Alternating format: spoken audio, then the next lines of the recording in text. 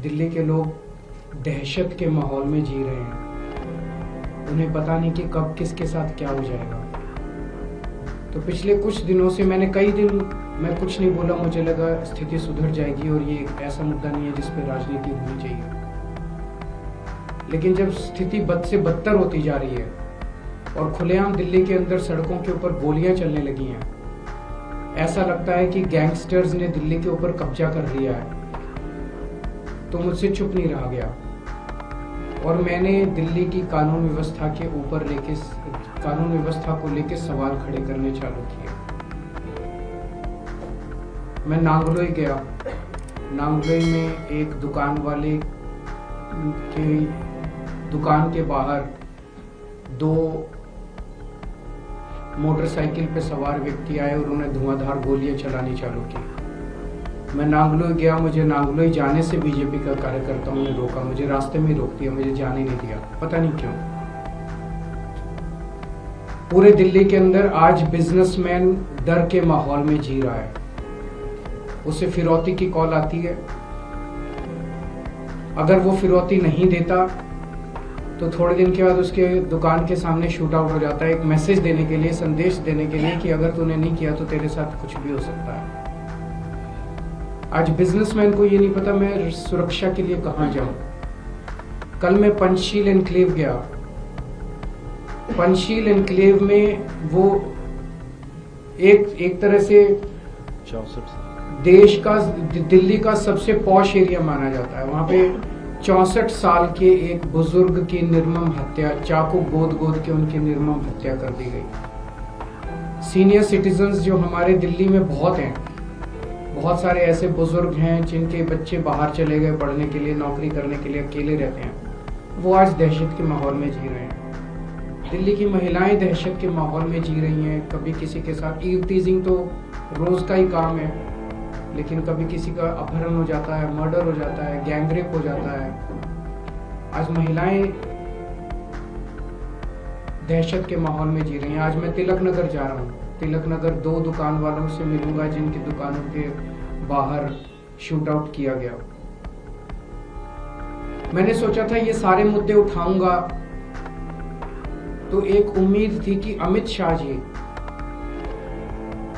आप सब लोग जानते हैं कि दिल्ली की शिक्षा, स्वास्थ्य, बिजली, पानी, ये चुनी हुई दिल्ली की सरकार आम आदमी पार्टी की सरकार के पास है।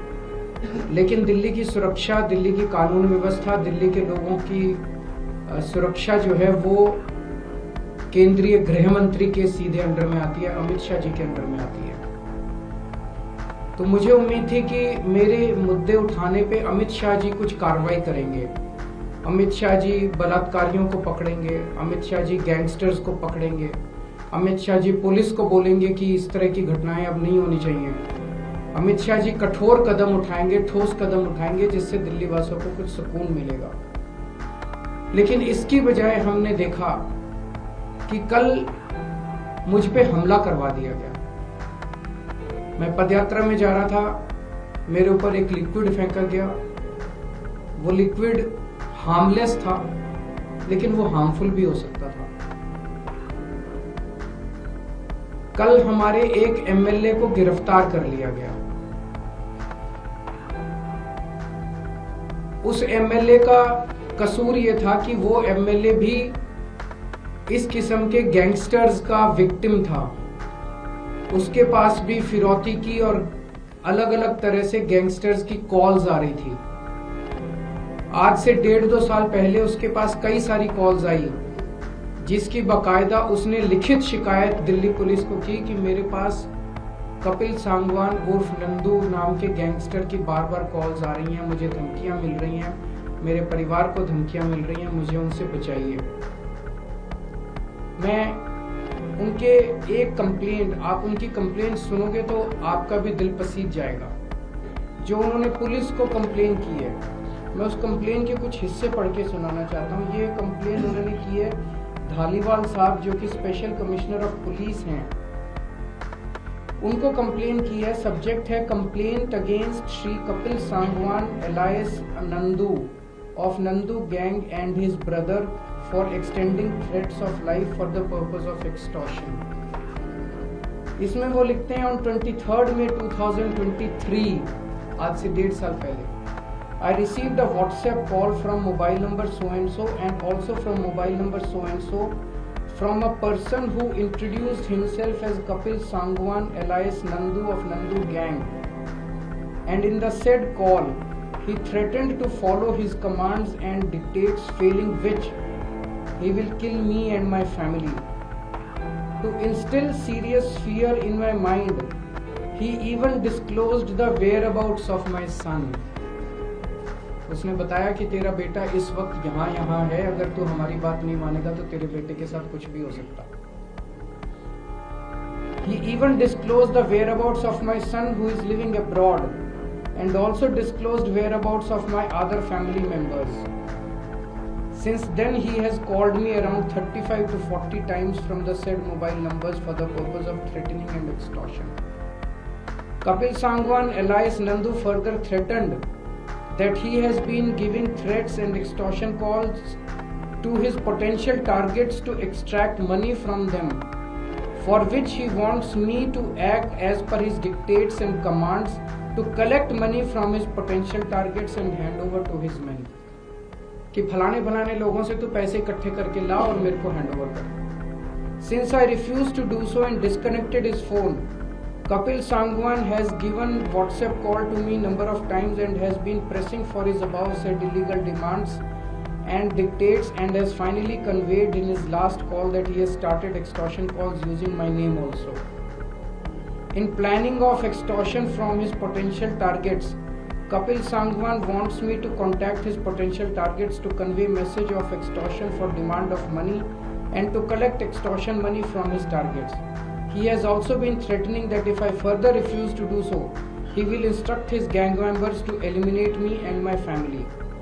I have clearly refused to follow the said illegal dictates and have finally decided to bring the matter to your knowledge to protect the potential targets from the illegal acts of said persons. बड़ी लंबी चिट्ठी है, मैंने कुछ portions पढ़ के सुनाए। MLA Naresh Balyan Kapil Sangwan उर्फ नंदू का विक्टिम है। वहां से उनको इस तरह की कई धमकियां आई और उन्होंने, ये मैंने एक ही चिट्ठी पढ़ी है, उन्होंने कई चिट्ठियां दिल्ली पुलिस को लिखी कि इसके ऊपर कार्रवाई कीजिए, मुझे लगातार धमकी आ रही है। उस पे कार्रवाई करने की बजाय कल दिल्ली पुलिस ने नरेश बालियान को गिरफ्तार कर लिया। कल मेरे ऊपर हमला कराया गया। हमारा कसूर क्या था? हमारा कसूर था कि हम लोग दिल्ली की बिगड़ती हुई कानून व्यवस्था का की बात उठा रहे थे। कल नरेश बालियान की गिरफ्तारी से अमित शाह जी ने दिल्ली की जनता को क्या संदेश दिया है? उन्होंने सीधा सीधा संदेश दिया है कि अगर तुमने कंप्लेन करने की कोशिश करी, अगर तुम्हारे साथ कुछ भी होता है और तुमने कंप्लेन करी, तो तुम्हें ही तुम्हारे ऊपर हमला भी कराया जा सकता है, तुम्हें गिरफ्तार भी किया जा सकता है। कंप्लेन करने की हिम्मत मत करना। ये सीधा सीधा मैसेज है। गैंगस्टर्स को क्या संदेश दिया अमित शाह जी ने कि मैं हूं तुम्हें बचाने के लिए, चिंता मत करना। कोई कंप्लेंट आएगी, कंप्लेनेंट की ऐसी तैसी कर देंगे, कंप्लेन करने वाले की ऐसी तैसी कर देंगे, तुम चिंता मत करना, मैं बैठा हूं गृह मंत्रालय में तुम लोगों को बचाने के लिए। कौन बचाएगा फिर लोगों को? लोग किसके पास जाएंगे? लोग किसके पास कैसे शिकायत करेंगे फिर लोग? मैं अमित शाह जी से कहना चाहता हूं कि अगर आपके अंदर हिम्मत है तो आप इन गैंगस्टर्स को गिरफ्तार करके दिखाइए। बच्चा बच्चा दिल्ली का जानता है कि दिल्ली के अंदर कौन कौन गैंगस्टर्स ऑपरेट कर रहे हैं। अगर हिम्मत है तो उन गैंगस्टर्स को गिरफ्तार करके दिखाइए। दिल्ली के अंदर जो मर्डर कर रहे हैं उनको गिरफ्तार कीजिए। दिल्ली के अंदर जो बलात्कार कर रहे हैं, अपराधी घूम रहे हैं, उनको गिरफ्तार कीजिए। मेरे ऊपर हमला कराने से, मेरे एमएलए को गिरफ्तार करने से क्या दिल्ली की महिलाएं सुरक्षित हो जाएंगी? मेरे ऊपर हमला कराने से, मेरे एमएलए को गिरफ्तार करने से क्या दिल्ली के बिजनेसमैन सुरक्षित हो जाएंगे? मेरे ऊपर हमला कराने से, मेरे एमएलए को गिरफ्तार करने से क्या दिल्ली के नागरिक, सीनियर सिटीजन सुरक्षित हो जाएंगे?